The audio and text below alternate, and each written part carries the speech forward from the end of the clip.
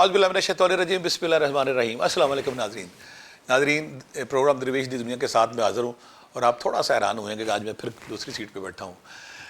کچھ لوگ دنیا میں ایسے ہوتے ہیں کہ جن سے نا بندے کو بار بار ملنے کو دل کرتا ہے۔ ہم نے کچھ عرصہ پہلے ڈاکٹر یاسر حسین ستی الخیری صاحب جو میرے مرشد کے دیے تھے اسلام آباد سے تشریف لائے۔ ہم نے پروگرام تصوف پہ کیا، روحانیت پہ کیا، مرشد پہ کیا، مرید پہ کیا، روحانی مختلف اسرار و رموز پہ کیا۔ ہمارے دیکھنے والوں نے بہت پسند کیا، تو میں نے پھر ان کو ریکویسٹ کی کہ کیوں نہ ہمارے بہت سارے لوگوں نے بہت سارے میں سوال بھی کیے کہ ہمارے روحانیت کے حوالے سے، تصوف کے حوالے سے کچھ اور ایسی بیٹھکیں لگائی جائیں، کچھ ایسی نشستیں لگائی جائیں جن پہ دوبارہ ان پوائنٹس پہ، ان اسرار و رموز پہ کہ روحانیت ایک نا ایک ایسی پورے اسرار وادی کہ ہر موڑ پہ، ہر جگہ پہ، ہر اینگل پہ، ہر زاویے پہ کوئی نیا زاویہ، کوئی نئی اسراریت، کوئی دبیز پردے پڑے ہوئے ہیں۔ بہت سارا پرابلم تو یہ ہوئی کہ ہمارے جو پہلے صوفی تھے اس میں پتہ نہیں کیا دنائی تھی، حکمت تھی کہ وہ بہت ساری باتیں نا اشاروں میں کرتے تھے، اشاروں کو نئے میں، اور بہت ساری باتیں سمجھنے والے سمجھ لیتے تھے، عام بندے کو سمجھ نہیں آتی تھی۔ لہٰذا ہمارے جو آج کے مہمان ہیں ڈاکٹر یاسر حسین ستی الخیری صاحب، یہ دبنگ بولتے ہیں، کھل کے بولتے ہیں، تو ہماری درخواست جب بھی ہم ان کو ریکویسٹ کرتے ہیں، درخواست کرتے ہیں، یہ لمبا سفر کر کے لاہور آتے ہیں، تو آج پھر یہ آئے ہوئے ہیں۔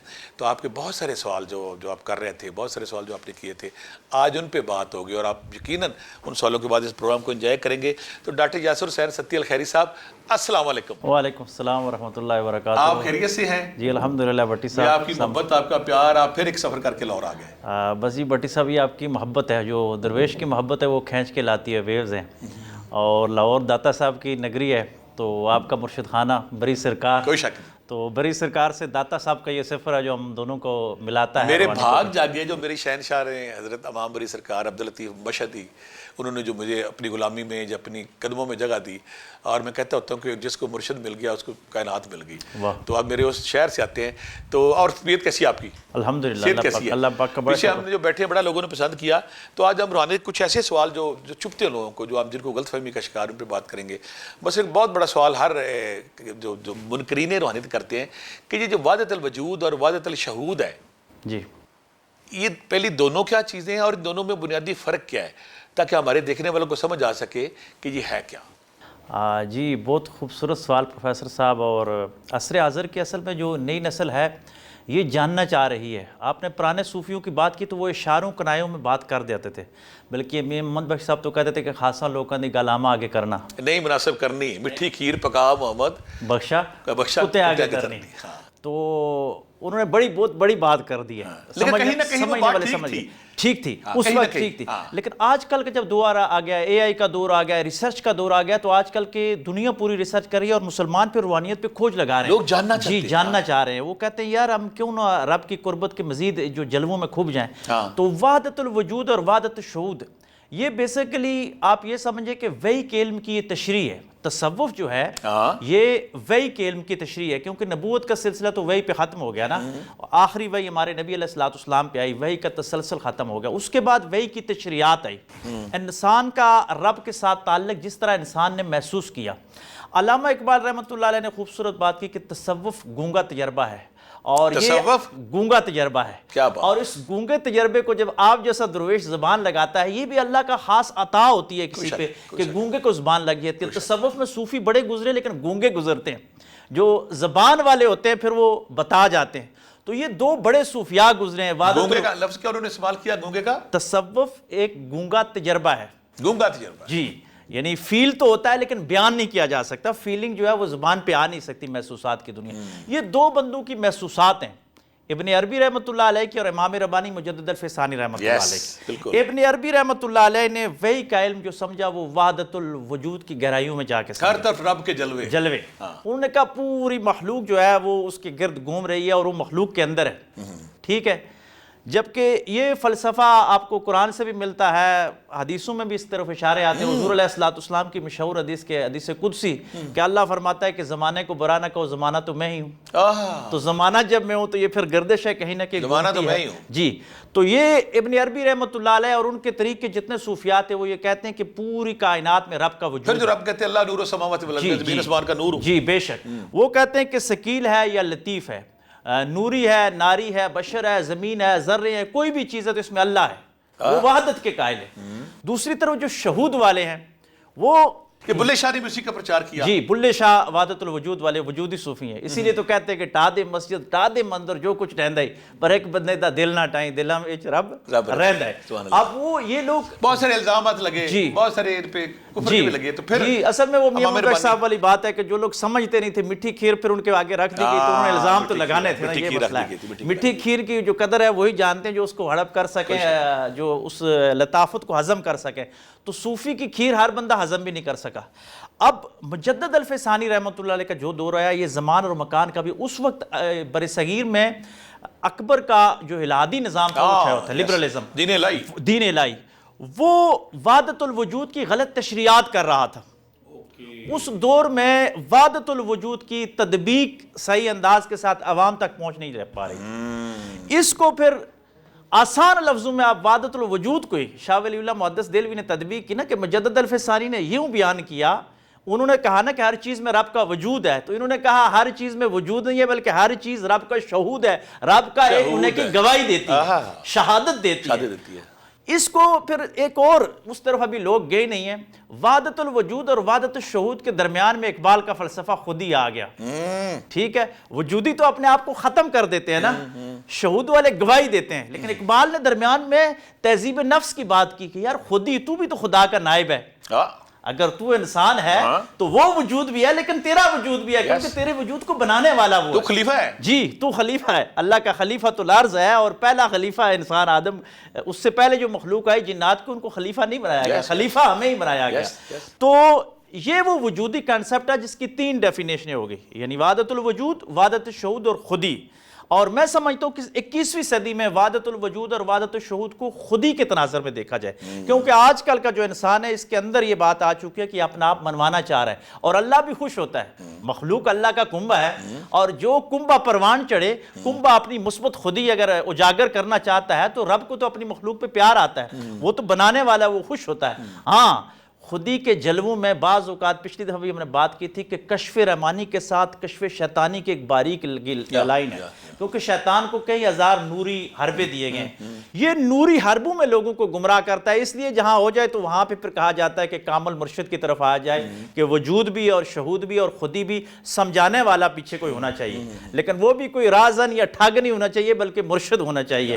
اس کی الگ ایک ڈیفینیشن ہے, لیکن یوں یہ فلسفہ جا کے بنتا ہے کہ وجود, شہود اور پھر خودی. اب ایک فکرے میں وحدت الوجود ہر جگہ رب کے جلوے, جی, اور وحدت الشہود کا ہر چیز رب کی شہادت دے رہی ہے, شہادت دے رہی ہے, اور خودی اس کے درمیان کے اپنا وجود ایگزسٹ کر رہا ہے انسان, گواہی کے علاوہ اس کا اپنا ایک الگ وجود ہے. خودی اور خودی اور تکبر اور انانیت میں ایک باریک فرق ہے. بڑی پیاری بات کی آپ نے, خودی اور تکبر. فرعون نے اناؤلک کہا, ٹھیک ہے, وہ متکبر تھا, مارا گیا.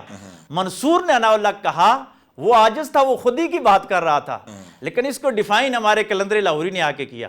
منصور ڈیفائن نہیں کر سکا اس انداز کے ساتھ جو فلسفہ اقبال نے آ کے سمجھا دیا. اقبال نے بھی خودی کی صورت میں اناؤلک کہا ہے کہ تو خدا کا راز ہے, اس چیز کو سمجھنے کی الفاظ کا بہتر چناؤ کیا, الفاظ کا بہتر چناؤ. آپ بات کر رہے ہیں منصور کی, منصور الحق کو لے لیں, یا پھر باجزید بستامی کو لے لیں, یا پھر سرمد مجذوب کو لے لیں. ان تینوں نے جب اناؤلک کا نعرہ لگایا تو بہت سارے لوگ کنفیوز ہوتے ہیں کہ یہ جب اناؤلک نعرہ تھا یہ کہ روحانی راز تھا یا کوئی شرک تھا, یہ اناؤلک کیا تھا. بہت عرصے سے ایک راز, ایک نا گمراہی چل رہی ہے عوام میں. تو آپ کی صحبت سے میں فائدہ اٹھاؤں گا کہ ہمارے دیکھنے والے بتائیں وہ کس کیفیت میں, کس حال میں, کس موڈ میں, جلووں کے کس رگ میں تھے جو ان کے منہ سے اناؤلک نکلا, تاکہ ہمارے دیکھنے والوں کو سمجھ آ جائے.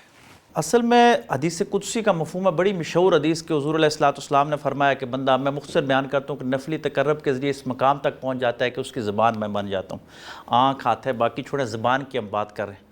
وہ قدسی حدیث ہے. جی, حدیث قدسی کہ میں بن جاتا ہوں, تم نہیں رہتے. جی, تم نہیں رہتے, میں بن. تمہارا بولنا میرا, تمہارا چلنا. پھر وجود کی بات آئی کہ وہ صوفی اس وجود میں پھر وہ کھو جاتا ہے, اس کے جلوے یہاں نظر آنا شروع ہو جاتے ہیں. وہ محسوس تو نہیں ہوتا, یا مٹ جاتا وہ. جی, مٹ جاتا ہے, فنا فی اللہ, اپنی شخصیت ختم. جی, فنا فی اللہ ہو جاتا ہے. پھر اس مقام میں بھی صوفی اطاعت کا دامن چھوڑتا نہیں ہے. لیکن پیر میرے علی شاہ صاحب رحمۃ اللہ علیہ نے, میرے منیر میں مفتی صاحب نے بھی اس بات کو تذکرہ کیا کہ ایک دن انہوں نے بلا کے پوچھا کہ یہ لا تقربوا الصلاۃ وانتم سکریٰ, کہ جب تم نشے کی حالت میں ہو تو نماز کے قریب نہ جاؤ. آپ نے مفتی صاحب سے پوچھا پیر میرے علی شاہ رحمۃ اللہ علیہ نے کہ یہ کون سا نشہ ہے؟ نشے تو دو طرح کے ہیں، تو انہوں نے کہا لا تقربوا الصلاۃ وانتم سکارا، یہ کچھ لوگ توحید کے نشے میں مستغرق ہو گئے اس وقت میں۔ با یزید بستامی رحمۃ اللہ علیہ، منصور الحاج اور سرمد درویش مجذوب، یہ انہوں نے وہ جلوے اس حد تک پی لیے اور یہ اس راز کو برداشت نہیں کر سکتے، اپنی ذات اتنی فنا ہو گئی، اپنی اس فنا ہو گئے اور ان کی زبان سے وہ چیزیں نکل گئی، یا جلوہ اکبر اس قدر مستغرق ہو گیا جی، اور جذب کی کیفیت میں، یعنی عام حالت میں نہیں، سکر کی حالت میں، جذب کی حالت میں یہ بات کہی۔ جب ظاہر میں آتے تھے تو یہ چیز نہیں تھی، لیکن ان تینوں کے دور میں ایک چیز تھی کہ وقت کی حکومتیں، ہر دور کی جو حکومت ہوتی ہے وہ جو سچا صوفی ہوتا ہے نا اس کے ساتھ وہ ٹکراتی ہے۔ یہ قبیل کربلا سے چلی آ رہی ہے، اسی لیے تو کشف المحجوب میں سیدنا عثمان علی اجویری نے کہا نا کہ امام علی مقام اولیاء اور صوفیاء کے سرخیل اور امام ہے۔ کوئی شک، ہر دور میں سچے صوفی کا بادشاہ جو ہوتا ہے کہیں نہ کہیں ٹکراؤ ہو جاتا ہے۔ کوئی شک۔ ان تینوں کے ساتھ یہ ہو گیا کہ جس دور میں ان چیزوں کی انہوں نے بات کی تو وقت کی حکومت بھی ان کے خلاف تھی، اور پھر علماء سو، بہانے ڈھونڈ رہی تھی، علماء جی وہ بہانے تلاش کر رہے، اور علماء سو بھی تھے، علماء سو بھی تھے۔ پھر فتوے کی کیفیت ایسی تیار کر دی گئی کہ بعض اوقات علماء سو اور حکمرانوں کا ایسا ایک گٹھ جوڑ ہوتا ہے کہ جو علماء ربانین ہوتے ہیں ان کی آواز بھی دب جاتی ہے یا مجبوراً اس کو شامل ہونا پڑتا ہے، مصلحت کا شکار ہو جاتا ہے، مصلحت کا شکار ہو جاتا ہے، یا اس وقت وہ رخصت پہ ہوتے ہیں، ایک عزم ہوتا ہے ایک رخصت ہوتا ہے۔ جس طرح کربلا کا واقعہ ہوا تو امام عالی مقام عزم کی طرف آئے تو امت کے بہت سارے لوگ امام کو حق سمجھ رہے تھے لیکن وہ رخصت پہ تھے، تو یہ عزم کے راستے پہ آئے، اور پھر ان تینوں کے ساتھ جو ہوا وہ تاریخ ہے۔ لیکن یہ بھی تاریخ ہے کہ آج دن تک دنیا پھر انہی کو مان رہی ہے، ان کے چرچے ختم نہیں یعنی کہ جو ان کے منہ سے نکلا انا الحق کا نعرہ وہ خود نہیں تھے، رب بول رہا تھا کہ حدیث قدسی کے مطابق کہ میں اس کی زبان بن جاتا ہوں۔ اب اس زبان میں کوئی جلوے ایسے نظر آئے، جس طرح امام ربانی مجدد دفع ثانی رحمۃ اللہ علیہ کے حوالے سے بھی ایک بات ہے، بات کھل گئی تو وہ کہے، ان کے حوالے سے بات ہے کہ میں مقامات کی سیر کرتے ہوئے مقام صدیقیت تک پہنچا، تو ان کے حاسدین نے بھی ایک شوشہ چھوڑ دیا کہ یہ دیکھیں مجدد صاحب سرحد میں بیٹھ کے مقام صدیقیت سے اوپر اٹھنے کی بات کر رہے ہیں۔ ہمارے دیکھنے والوں کے لیے کہ ہمارے بہت زیادہ تر سلاسل جو ہے مولا کائنات حضرت رضی اللہ تعالیٰ عنہ کے سے تک ان کی ولایت تک ان کے مقام ان کے قدموں تک پہنچتے، لیکن جو سلسلہ نقش بندی ہے ہمارے بڑے پیارے بھائی ہیں، اور جو امام ربانی رحمۃ اللہ علیہ نے جو اس میں حیات جوانمہ تاریخ کی، یہ سلسلہ وہ سلسلہ ہے جو حضرت ابوبکر صدیق رضی اللہ تعالیٰ عنہ تک جاتا ہے۔ تو بہت سارے لوگوں کو غلط فہمی ہے کہ سارے سلاسل، لیکن یہ جو نقش بندی ہمارے بھائی ہیں، امام ربانی نہیں، یا امام باقی بھی اللہ ان کے مرشد تھے، ان کا جو سلسلہ ہے یہ حضرت ابوبکر صدیق یار غار، اور میں شاید ہی کسی نے پیار کیا کسی دوست سے جو حضرت ابوبکر صدیق رضی اللہ ان تک جاتا ہے۔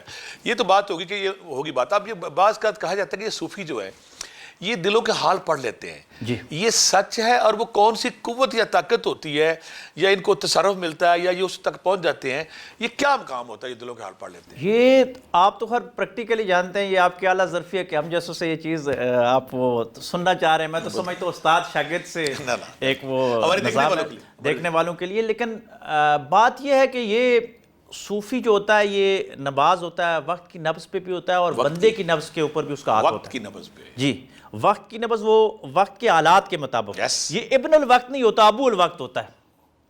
علماء ظاہر اور صوفی میں یہ فرق ہے کہ وہ ابن الوقت بن جاتے ہیں، یہ ابو الوقت ہوتا ہے، یہ وقت کی نبض پکڑ کے اس طرف لے جاتا ہے۔ اللہ تبارک و تعالیٰ وقت کی نبض پکڑنے کی وجہ سے اس کو یہ اختیار دے دیتے ہیں کہ جو اگلے بندے کے ہوتا ہے دل میں ہوتا ہے، صدور میں ہوتا ہے، صدور میں اگر خیر ہے تو یہ خیر بھی جا کے ٹچ ہوتی ہے، اور اگر شر ہے تو صوفی کی نگاہ دیکھ جاتی ہے، اور اسی لیے کہا گیا کہ اتقوا بفراست المومن، کہ مومن کی فراست سے ڈرو، وہ اللہ کے نور سے دیکھتا ہے، یہ اللہ کا نور اس کی آنکھوں میں، پھر وہ حدیث قدسی کہ میں اس کی آنکھ بن جاتا ہوں، وہ نہیں دیکھ رہا ہوتا، رب کی نگاہ دیکھ رہی ہوتی ہے، اور وہ سینوں کا علم پھر بتا دیتے ہیں۔ اور یہ علم صحابہ اکرام سے بھی ثابت، شہد کی مکھیوں سے بھی ثابت، کہ شہد کی مکھیوں کو بھی قرآن میں وہ واقعہ آ گیا سورہ نمل میں کہ سلیمان علیہ السلام آگے تو شہد کی مکھی کو یہ الہام ہو گیا، اور ہمارے صوفیاء تو یہ فرماتے ہیں، حضرت فاروق رضی اللہ تعالیٰ کا واقعہ، حضرت عمر کو ساریہ کتنا دور، اس کو چھوڑیے جی، جانوروں پہ آئیے،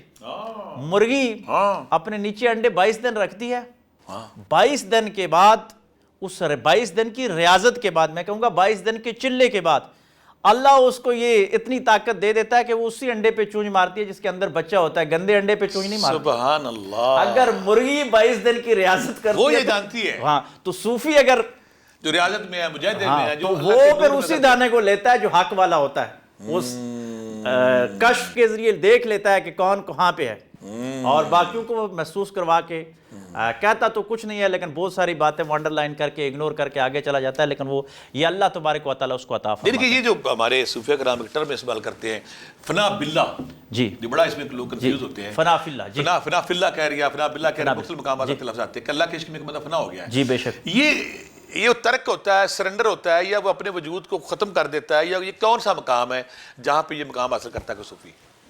صوفی جو ہے یہ اپنے نفس کو مار دیتا ہے، کیونکہ نفس کی 2-3 یا قسمیں اپنے ہیں۔ وجود کو تابع کر دیتا ہے اللہ جی اللہ کے وجود کے تابع کر دیتا ہے۔ نفس جب روح کے تابع ہو جاتا ہے، کیونکہ روح امر ربی ہے، نفس جب روح کے تابع ہو جاتا ہے، کیونکہ روح ہمیشہ ذکر اور تمانیت اسی طرف جاتا ہے، لیکن نفس بعض اوقات اس کا خواہشات، گرا، دنیاوی ان خواہشات۔ دونوں کے آپس میں لڑائی رہتی ہے۔ ہاں۔ جو نفس روح کے تابع ہو جاتا ہے وہ اللہ تبارک و تعالیٰ کی ذات میں فنا ہو جاتا ہے، وہ مستغرق ہو جاتا ہے، وہ مختلف راستے طے کرتے ہوئے وہاں تک پہنچ جاتا ہے، اور بعض اوقات تو ایسے ہوتا ہے کہ اس کی زبان سے جو نکلتا ہے وہ ہو جاتا ہے۔ کئی کن فیکون ہوتا ہے۔ کن فیکون، کئی کرامتوں میں لوگوں نے دیکھا کہ جو بات کہہ دی گئی ہو گیا۔ اسی لیے تو امام علی مقام نے کچھ نہیں کہا کربلا میں، اگر وہ کہہ دیتے کچھ تو پھر رکنی تو نہیں تھی، پھر زمانہ تقدیر ختم ہو نبض جاتی۔ کائنات تھا اور نہیں۔ حضور علیہ السلام نے یہ بات بتائی، میں تو سمجھتا ہوں یہ وہ راز تھا جو نوریوں کو بھی نہیں معلوم تھا۔ نہیں تھا۔ طائف میں حضور علیہ السلام پہ ختم ہو رہا ہے تو جبریل پتھر لے کے کھڑا، نکالیے زبان سے، لیکن حضور سمجھتے تھے کہ میری زبان سے جو نکل گیا پھر یہ ٹھہرنا نہیں ہے، ایسا ممکن نہیں ہے، زمین ہی ختم ہو یہ جائے۔ پھر ایک اصول بن جانا ہے، جی ضابطہ بن جانا ہے۔ جی، اور میاں صاحب نے بڑی خوبصورت بات کی پٹواری زبان میں اپنی پنجابی میں کہ زور ہوندیاں زور نہ لایا۔ ہائے ہائے، صوفی وہ ہوتا ہے، وہ کہتے ہیں کربلا میں زور تھا، زور ہوندیا۔ پانی کی کیا ضرورت تھی؟ اگر فرات کے پیچھے آ سکتا ہے مجازی عشق میں، تو حقیقی عشق میں پانی فرات سے 2 قدم نہیں آ سکتا تھا۔ یہ یزیدیوں کی جرت کیسی تھی، لیکن زور ہوندیاں زور نہ لایا۔ ان کو پھر فنا فی اللہ کہتے ہیں کہ وہ اللہ کی رضا میں راضی ہے۔ اور پھر ایک اور بات یہ انبیاء کی زندگی سے ثابت ہے، آگ میں جبریل علیہ السلام آئے، ابراہیم علیہ السلام کو حکم کیجئے، جب دیجئے، چاند فرمایا میں نہیں، پھینکا رسے میں تھے، جی جبریل حاضر ہو گئے کہ میرا رب بہتر جانتا ہے۔ لیکن جو جانتا، ہاں وہ اللہ کی رضا میں، تب پھر اللہ کہتا ہے کہ نہیں فنا ہو گئے۔ وہ جب فنا ہو جاتے ہیں، وہ انبیاء تو اعلیٰ درجے پہ تھے، ان پہ وحی آتی تھی، اس کے بعد پھر صلحاء، اور آج تک یہ تسلسل چلا آ رہا ہے۔ جو اس قبیل پہ اس راستے پہ چلنے کی کوشش کرتا ہے وہ فنا ہو جاتا ہے، اور اللہ کی ذات کے جلوے آج اس 21ویں دور میں، 21ویں صدی میں بھی ان کو نصیب ہو رہے ہیں۔ آپ نے بڑی پیاری بات کی کہ جو نفس ہے نا جب روح کے تابع ہو جاتا ہے، جی ہمارے دیکھنے والے اکثر کوشچن کرتے ہیں، بلکہ بہت سارے لوگوں نے پیچھے سوال بھی کیے تھے، اور بلکہ آپ نے میں اس پہ بات بھی کی تھی، لیکن ہم پھر تھوڑی سی کر لیتے ہیں۔ قلب، نفس اور روح، تھوڑا سا ڈفرینشیٹ کریں کہ تینوں میں کیا فرق ہے؟ نفس جو ہے یہ انسان کے اندر وہ مشین لگی ہوئی ہے جو خواہشات کو ابھارتا ہے، اچھی خواہش بھی اور بری خواہش بھی، یہ نفس سے نکلتی ہے۔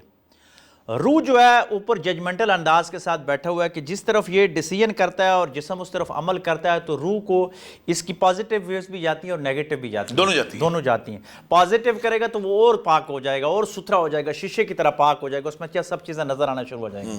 لیکن اگر نیگیٹو ویوز آئیں گی تو پھر اور گندا ہو جائے گا، جس میں پھر ایک وقت آتا ہے جو قلب سیاہ ہوتا ہے، اس پہ کوئی ہدایت کی بات بھی اثر نہیں کرتی۔ ان سب کے جو پیچھے ہے وہ قلب ہے۔ الا بذکر اللہ تطمئن القلوب، کہ بے شک بے قرار دلوں کا چین اللہ کے ذکر میں ہے۔ ذکر پہ ابھارتا نفس ہے، ابھارتا نفس ہے، نفس مطمئنہ جو ہوتا ہے، نفس ہمارا، نفس ملما، نفس ہمارا۔ جی ملامت والا نفس کچھ برائی سے روکتا ہے، لیکن مطمئنہ والا اس کو ذکر کی طرف لے کے جاتا ہے۔ جب وہ لے کے جاتا ہے روح کو قرار آتا ہے اور پھر قلب مطمئن ہو جاتا ہے۔ قلب جو ہے یہ انسان کے اندر طمانیت کی طرف لاتا ہے، روح جو ہے اس چیز کو محسوس کرتا ہے، اور نفس جو ہے یہ ابھارتا ہے۔ اب بنیاد نفس کی ہے، موت جو آنی ہے، آپ فلسفہ دیکھیں کہ یا کل نفس ذائقۃ الموت کہا گیا، کلو نفسن ذائقۃ الموت، ہر نفس نے موت کا ذائقہ چکھنا ہے۔ کل نفس کل روح الموت نہیں کہا گیا، موت نے نہیں، اور کل جسد ذائقۃ الموت بھی نہیں کہا گیا کہ جسم نے موت کا ذائقہ چکھنا ہے۔ لفظ نفس آیا ہے، اور اسی نفس کو پھر یا ایھا النفس المطمئنہ کہا کہ ارجعی الی ربک راضیۃ مرضیۃ فادخلی فی عبادی وادخلی جنتی۔ وہاں بھی نفس کی بات کی گئی ہے کہ نفس جائے گا، کیوں کہ اس نفس نے خواہش پیدا کرنی ہے، اور یہ خواہش کا انجام بھی پھر نفس نے بھگتنا ہے۔ اور میرے کریم آقا صلی اللہ علیہ وآلہ وسلم نے کیا کمال بات فرمائی، فرمایا جانتے ہو ذائقوں میں سب سے زیادہ ذائقہ کس چیز کا؟ فرمایا موت کا ذائقہ سب سے طویل ہے کہ قیامت کے دن بھی جب لوگ اٹھائے جائیں گے تو ان کی زبان پہ موت کا ذائقہ محسوس ہوگا۔ اس کی پھر تشریح میں صوفیاء فرماتے ہیں کہ جو نیک نفس ہے، نفس المطمئنہ ہے، وہ نورانی حلاوتوں کا ذائقہ موت کے ذریعے چکھتے ہیں، نورانی حلاوتوں کا۔ اسی لیے تو حضرت بلال نے کہا اپنے بیٹے کو، صاحبزادے کو، کہ میرا انتقال ہو جائے تو سب سے پہلے دف بجانا، کیونکہ میرا نفس ملائے اعلیٰ سے مل جائے گا۔ لیکن دوسری طرف جو نفس امارہ ہوگا، جو برائیوں کی طرف آپ کو ترغیب دیتا ہے، اس پہ پھر اتنا عذاب والی، ادھر تو علاوتیں ہیں نورانی ذائقہ، ادھر عذاب کا ایسا ذائقہ ہوگا کہ وہ قیامت کے دن اٹھنے تک وہ ذائقہ محسوس کرے گا۔ میں اکثر کہا کرتا ہوں کہ یہ ذائقے دونوں ہم نے بنانے ہیں، ہمیں اختیار دیا گیا ہے کہ ہم نفس مطمئنہ والا، ذکر والا، اللہ کی یاد والا، تسبیحات والا اور پازیٹیو ویوز والا ذائقہ لے جائیں تو موت میں، اور اگر ہم نیگیٹو والا لیں تو پھر یہ قیامت تک ہوگا، اور قیامت کے بعد حساب کتاب کے بعد پھر بھی یہ ذائقہ ہمارا پیچھا نہیں چھوڑے گا۔ روح اور جسم اور قلب ان کے ساتھ ساتھ ہیں، لیکن ابتدا ہم نے اصلاح بھی نفس کی کرنی ہے، تہذیب نفس کی بھی بات کرنی ہے، اور اس نفس کو ہی سمجھانا ہے۔ نفس اگر اعتدال کے راستے پہ آ جائے تو ہمارے بہت سارے مسائل الگ ہیں، اور قرآن نے الگ الگ بات کی ہے۔ روح کی الگ ہے، روح امر ربی ہے، نفس کی الگ بات کی ہے، اور قلب کے ذکر کے ساتھ جوڑ دی ہے۔ تینوں میں فرق کیسے؟ تینوں میں الگ الگ چیزیں ہیں۔ عام لوگ جو مکس کر دیتے ہیں۔ جی نہیں، اچھا، آپ کی صحبت سے فائدہ اٹھاؤں گا کہ جب یہ بہت سارے میں دیکھا کہ ایک درویش ہے، ایک درویش ہے، صوفی، اللہ کا بندہ، فقیر ہے، وہ کسی پہاڑی پہ، کسی غار میں، کسی چشمے کے کنارے پہ، کسی دریا کے کنارے، سمندر کے کنارے، کسی کٹیا میں، کسی جھونپڑی میں خاموش بیٹھا ہے۔ بے شک وہ خاموشی اس کی انجمن ہے، خاموشی سے لطف لے رہا ہوتا ہے، گوشہ نشینی ہے۔ وہ کیا حالت ہے کہ دنیا ترک، دنیا لذتوں کا ایک سیلاب ہے وہ ہر طرف۔ جی، وہ کیا سرور ہے، وہ کیا مستی ہے، وہ کیا لیول ہے کہ دنیا کی لافتوں کو، لذتوں کو، سرور کو چھوڑ کے وہ دنیا سے دور اپنی مستی میں گم اور مطمئن ہے۔ جی بے شک بے شک۔ نشے میں جب آنکھ اٹھاتا ہے، اس کی دنیا میں سمندر ہوتے ہیں نشے کے سرور کے، وہ کیا کیفیت ہے، وہ کیا وجہ ہے، یہ روحانیت کا کون سا مقام ہے جب صوفی اپنی خاموشی کو انجوائے کرتا ہے؟ یہ خلوت در انجمن ہے۔ خلوت در انجمن، جی، اور پھر انجمن در خلوت بھی ہوتا ہے۔ انجمن در خلوت بھی۔ جی، آپ جیسے لوگ جو مخلوق کی خدمت کر رہے ہیں، سکرین پہ آ کے بیٹھے، لیکن ان کا دل کسی اور خلوت کا ہوتا ہے۔ اور کچھ ایسے ہوتے ہیں جو انجمن کو چھوڑ کے وہاں خلوت میں بیٹھ کے انجمن آباد کیے ہوتے ہیں، ان کے پاس اور مخلوقات ہوتی ہے، پوری دنیا کی چیزیں آ رہی ہیں۔ اسی لیے تو ابراہیم بن ادم نے بڑی خوبصورت بات کی اسی خلوت کے حوالے سے کہ شہزادے تھے، بادشاہ وقت، 100 من بعض روایتوں میں آتا ہے، اگر تھوڑے بھی کیے جائیں تو گلاب کے پھول آتے اور اس پہ وہ سوتے تھے۔ ایک دن شہزادی نے جب بستر بچھایا تو وہ چند لمحے خود لیٹ گئی کہ گلاب کے بستر پہ لیٹنے کا کیا مزہ، ہر روز تازہ پھول آتے ہیں۔ آپ نے تیش میں آ کے دیکھا کہ آ کے وہ سو گئی، وہ یوں ہی سوئی تو اس کی نیند لگ گئی، وہ تو پریکٹس کے لیے سوئی تھی، دیکھنے کے لیے محسوس۔ شہزادہ ابراہیم بن ادم آئے تو انہوں نے آ کے اس کو چانٹا رسید کیا، وہ پہلے روئی پھر مسکرائی۔ یہ تقدیر بدلنے کی رب جب کسی کو فرمایا تو روئی کیوں، اور ہنسی؟ روئی تو چلو میں نے مارا، ابراہیم ادم کی قسمت بدلنے تھی۔ اس نے کہا میں اس لیے روئی تو چلو مجھے درد ہوا، ہنسی اس لیے ہوں کہ چند لمحات گلاب کے پھولوں پہ لیٹنے کا یہ انجام اتنا سخت زناٹا ہے، اور جو ساری عمر ان پہ سوتا رہا اس کا کیا انجام ہوگا۔ یہ بات تیر کی طرح لگ گئی ابراہیم ادم کے، باغ نکلے جنگلوں کی طرف، بیابانوں کی طرف، اور بادشاہ چھوڑ دی، وقت کا جو بادشاہ یا رئیس تھا ان کا والد چھوڑ دی۔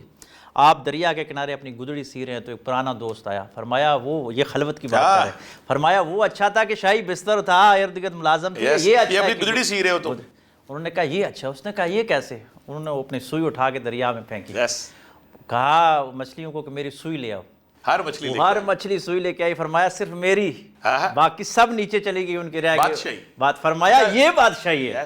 یہ صوفی جو خلوت میں بھی بیٹھ کے، اسی لیے تو مہر منیر میں بھی یہ بات ہے کہ صوفیاء ولایت تقسیم کرتے ہیں، دنیا کی جو ولایت ہے اس کے حوالے سے ایک الگ چیپٹر ہے کہ وہ اس ولایت میں بھی اللہ تبارک و تعالیٰ ان کو بہت سارے صوفیاء کو، کتبوں کو اختیار دیے جاتے ہیں۔ علاقو خان جب آیا وہاں پہ تو اس وقت وہاں کے صوفیاء نے کتنا روکا، وہ مشہور واقعہ ہے، پھر کبھی اس پہ انشاءاللہ پوری ڈیبیٹ کریں گے۔ خواتین و حضرات، یہ بزم معرفت، بزم تصوف، یہ روحانیت کے اسرار و رموز، اور جام در جام میں بھی پی رہا ہوں اور آپ بھی پی رہے ہوں گے، اور ہمارے جو مہمان ہیں، قابل احترام مہمان ہمارے ستی صاحب، وہ معرفت کے جام پلائے جا رہے ہیں۔ وقت ہوا بریک کا، بریک کے بعد پھر ملتے ہیں، جائیے گا کہیں نہیں، جڑے رہیے گا، جلد حاضر ہوتے ہیں آپ کے ساتھ۔